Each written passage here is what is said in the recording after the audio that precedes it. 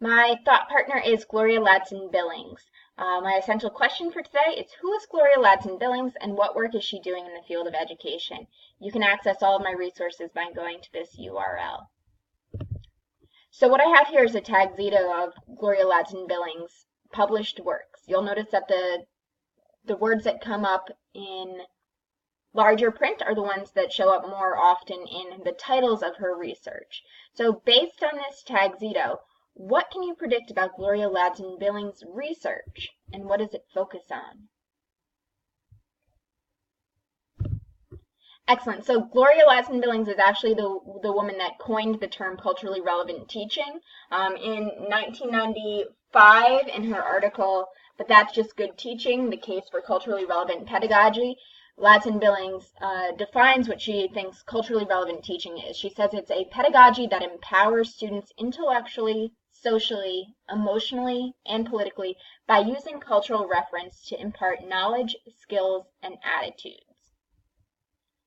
She studied for 8 years different classroom observations, and through her research, she found that there are 3 components of culturally relevant teaching that lead to higher student performance. The first is academic achievement, second is cultural competence, and third is critical consciousness. So I'm going to take a minute and walk you through each one. So the first component of culturally relevant teaching is academic achievement. Ladson-Billings says that for a teacher to be culturally relevant, they must demand, reinforce, and produce academic excellence in all of their students, particularly their minority students.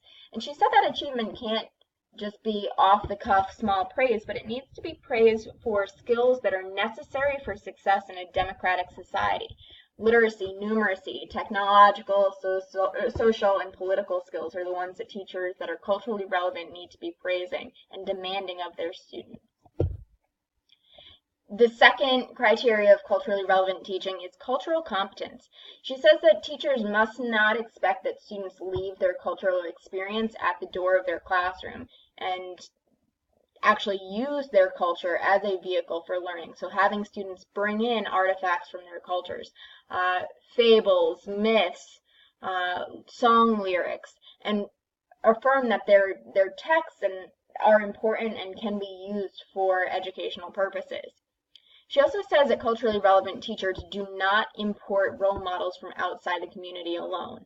So not just bringing in people from outside the community to serve as role models, but also looking within the community for people that have skills that are necessary for success in a democratic society. Bringing in their parents, bringing in their grandparents, bringing in people from the community, and showcasing that the community is valuable and does have things that are worthy of study. She also says that teaching students how to code switch shows that you value their language at home, but that you're teaching them a language that is necessary for academic success.